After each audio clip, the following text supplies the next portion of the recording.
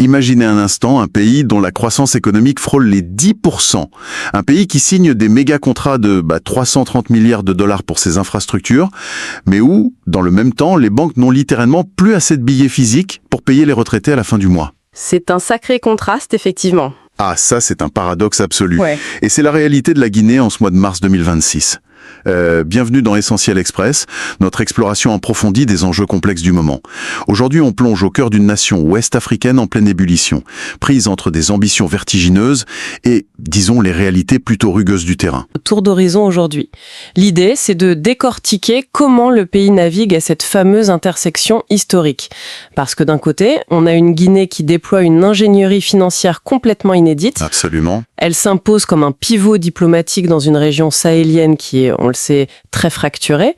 Mais de l'autre, elle affronte des turbulences internes majeures. Et ça touche autant le panier de la ménagère que l'espace des libertés civiques. Tu sais, pour ceux qui nous écoutent, l'image qui me vient à l'esprit en parcourant toutes nos sources, ce n'est même plus celle d'un simple train en marche. C'est quoi alors ?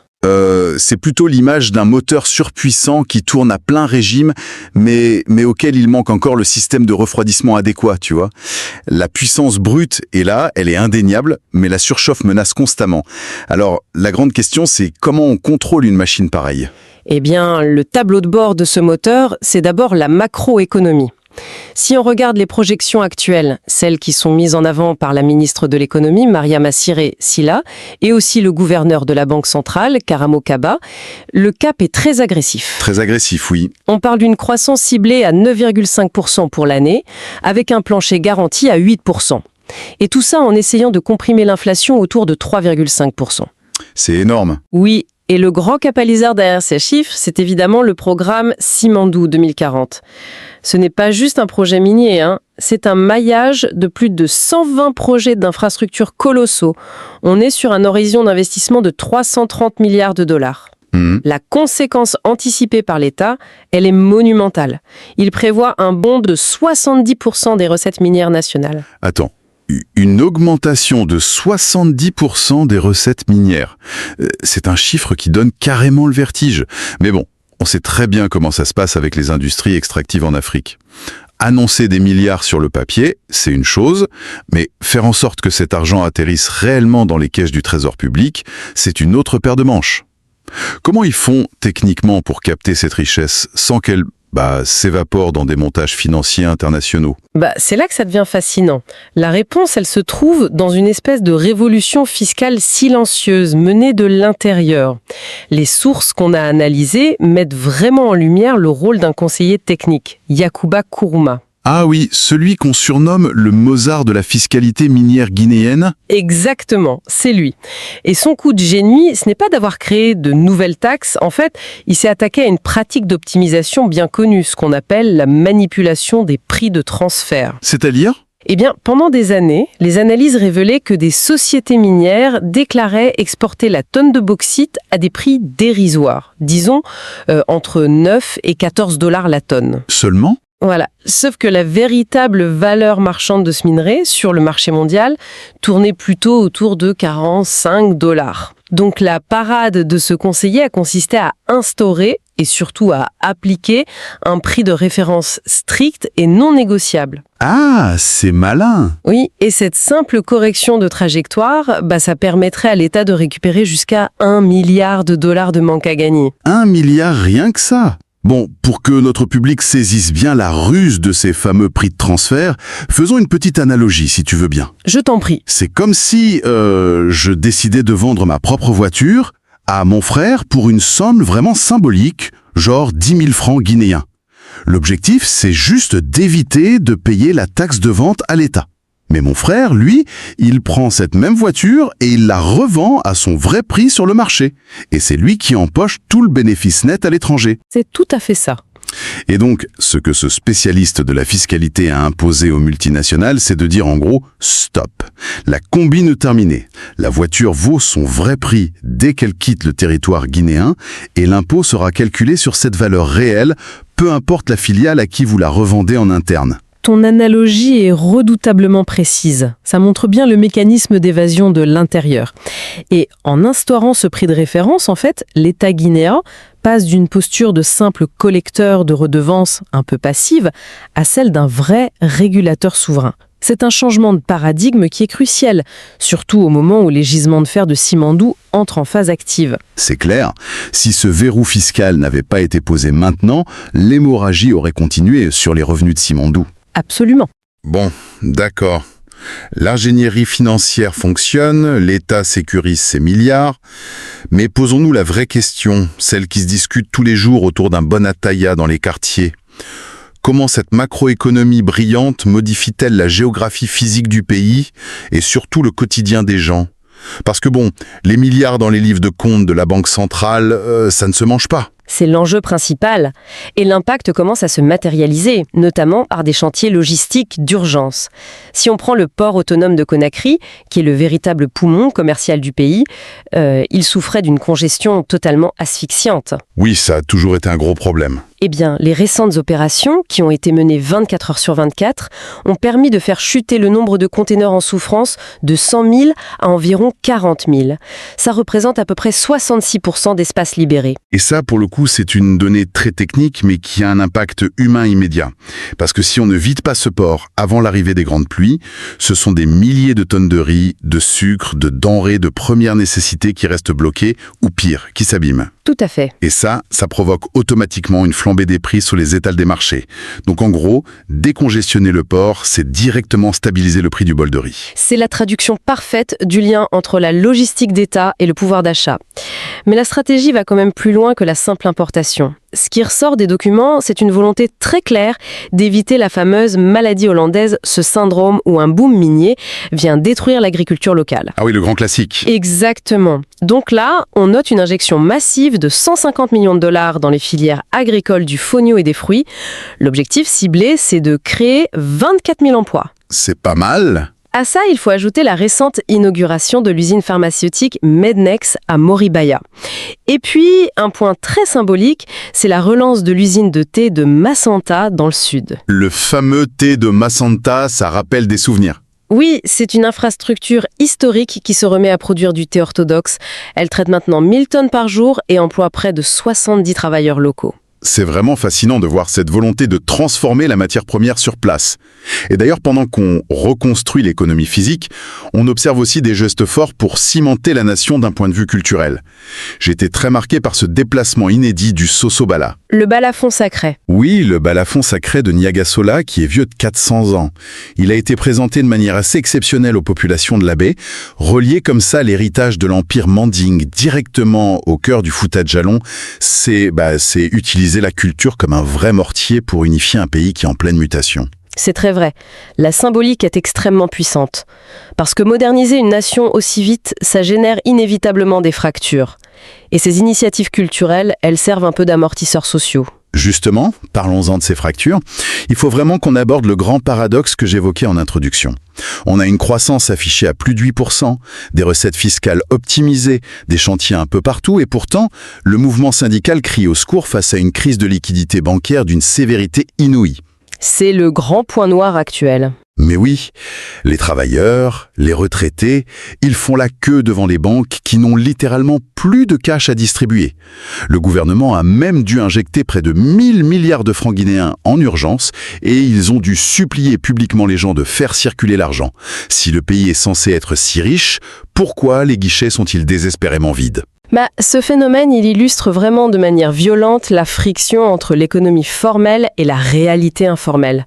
Cette crise de liquidité, c'est le symptôme direct de ce qu'on appelle la thésaurisation. L'argent qui dort sous les matelas, en gros. C'est ça.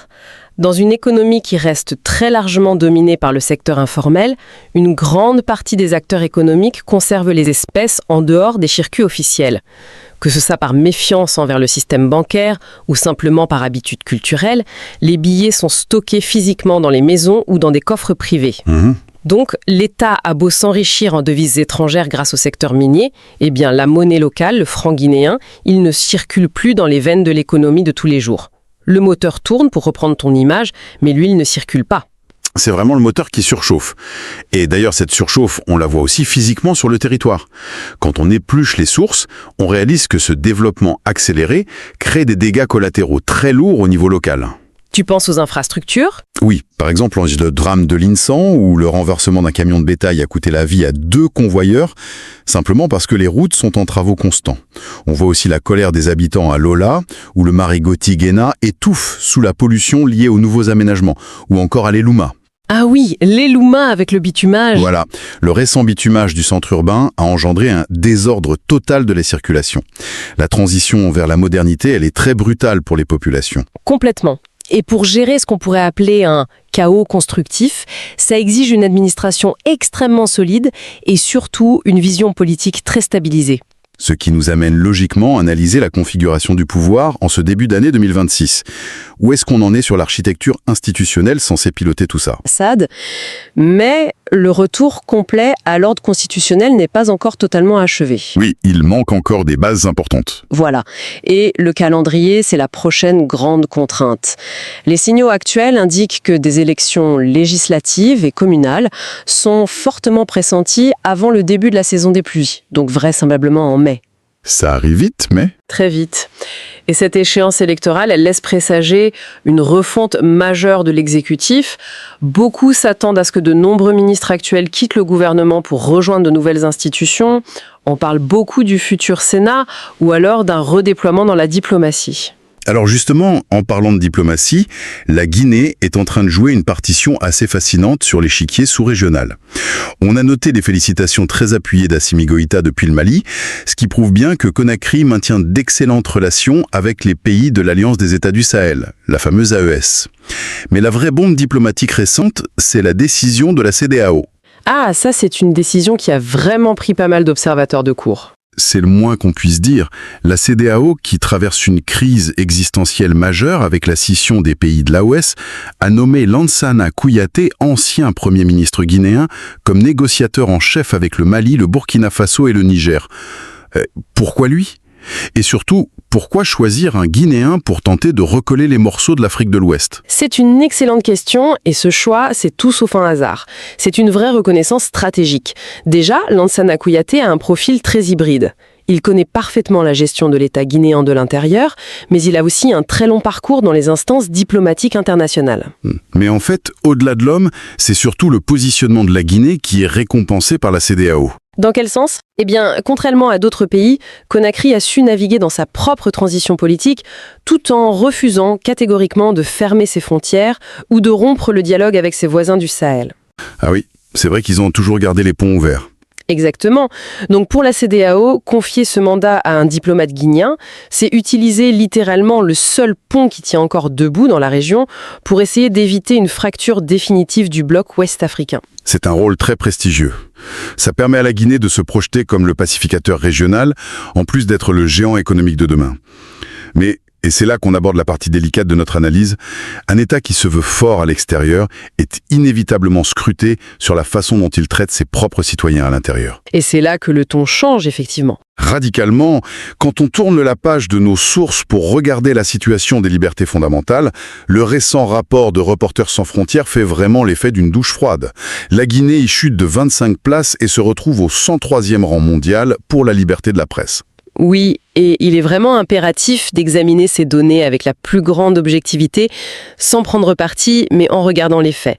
L'évolution de l'espace médiatique guinéen, c'est complexe. Après des décennies de monopole étatique sous la Première République, il faut rappeler que les années 2010 avaient été marquées par une libéralisation spectaculaire. Avec la fameuse dépénalisation des délits de presse. C'est ça. Cependant, les observateurs documentent très clairement que la période 2024-2025 s'inscrit dans une dynamique de contraction sévère de cet espace. Et les faits qui sont rapportés ont de lourdes conséquences, y compris sur le plan humain.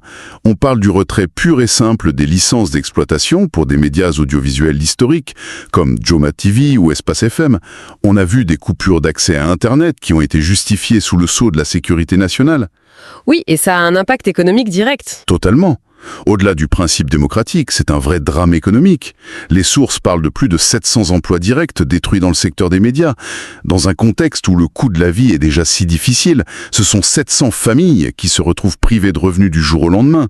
C'est une réalité sociale très brutale. Et les rapports des organisations de défense des droits humains soulignent aussi des cas individuels qui alimentent un certain climat d'incertitude. Les documents qu'on a consultés mentionnent la disparition inquiétante du journaliste Habib Marwan Camara ou encore les mois de détention qu'a purgé le syndicaliste Sékou Jamal Pendessa. Du côté du système judiciaire proprement dit, l'Organisation guinéenne de défense des droits de l'homme a formellement alerté sur le recours qui est jugé abusif et surtout prolongé aux détentions préventives. Et d'ailleurs, l'actualité judiciaire nous rappelle cette dureté avec un événement très marquant ces jours-ci. C'est le décès en détention de l'ancien commandant Toumba Diakité, des suites d'une longue maladie. C'est un événement majeur, oui. Il purgeait sa peine pour crime contre l'humanité. Et le fait que sa dépouille ait été partiellement restituée à sa famille avec un hommage religieux prévu, ça montre bien à quel point ces questions judiciaires touchent à la corde sensible de l'histoire et de la réconciliation nationale. Face à ces critiques internes, comment est-ce que les autorités justifient cette approche, disons, très musclée ? Alors, le discours officiel, qui est porté par des instances comme la Haute Autorité de la Communication ou par des voix gouvernementales, comme la ministre Djamil Diallo, ce discours rejette l'accusation d'autoritarisme. En fait, les autorités affirment s'inscrire dans une logique d'assainissement et de stricte régulation. De régulation, d'accord. Voilà. Par exemple, concernant la récente dissolution de certains partis politiques, on pense au mouvement GMD notamment. Le gouvernement soutient qu'il ne s'agit pas du tout d'une volonté d'exclusion arbitraire. Ils affirment qu'il s'agit simplement de l'application rigoureuse des textes de loi sur le financement et le fonctionnement des entités publiques. La ligne gouvernementale, en gros, défend l'idée qu'un État fort nécessite des règles strictes. Et c'est bien là que réside toute la complexité de notre sujet aujourd'hui. D'un côté, on a une administration qui est capable de tordre le bras aux multinationales pour récupérer $1 milliard et de s'ériger en sauveur de la diplomatie ouest-africaine. Tout à fait. Mais de l'autre, cette même administration maintient un climat interne de méfiance en réduisant au silence plusieurs voix critiques et elle peine encore à faire circuler cette immense richesse jusque dans les poches des citoyens ordinaires. En synthétisant l'ensemble de ces dynamiques, il apparaît clairement que la Guinée de 2026, c'est un laboratoire à la fois fascinant et très périlleux. C'est le mot. Elle prouve, d'une part, qu'il est possible pour une nation africaine de reprendre en main sa souveraineté économique face aux géants de l'extraction, mais le test ultime de cette transition, ce sera sa capacité à transformer cette manne financière en bien-être réel. Et ça, tout en construisant un espace politique où la stabilité ne se fait pas au détriment exclusif des libertés civiles. Et tu vois, c'est cette tension fondamentale qui va nous servir de point de réflexion finale pour clôturer notre exploration d'aujourd'hui. Une pensée qu'on souhaite vraiment confier à ceux qui nous écoutent pour nourrir leur propre débat. On t'écoute. Si la Guinée gagne son pari titanesque avec Simandou et devient, de fait, la nouvelle locomotive économique incontestée de l'Afrique de l'Ouest, mais que dans le même temps, son espace civique et médiatique continue de se réduire de manière drastique, quel modèle de développement est-elle réellement en train d'exporter à ses voisins ? C'est une vraie question. Peut-on raisonnablement espérer construire des rails durables pour une société épanouie alors que le train économique roule à 300 km/h ? Et surtout, peut-on prétendre être le guide régional si la voix de ses propres passagers est mise sur silencieux ? C'est assurément la grande question des années à venir. C'est un défi civilisationnel. Et ça déterminera non seulement l'avenir de la Guinée, mais ça servira aussi fort probablement de jurisprudence pour tout le continent dans sa façon de gérer ses ressources face à ses exigences démocratiques. C'est sur cette interrogation profonde que s'achève notre immersion. Un immense merci à notre public d'avoir pris le temps de décrypter ces enjeux cruciaux avec nous. Si vous avez apprécié cette discussion, nous vous invitons chaleureusement à vous abonner et à partager Essentiel Express autour de vous. Continuez de questionner le monde, d'analyser les faits au-delà des apparences, et prenez bien soin de vous. Merci infiniment pour votre écoute attentive et votre curiosité. À très bientôt pour une nouvelle analyse.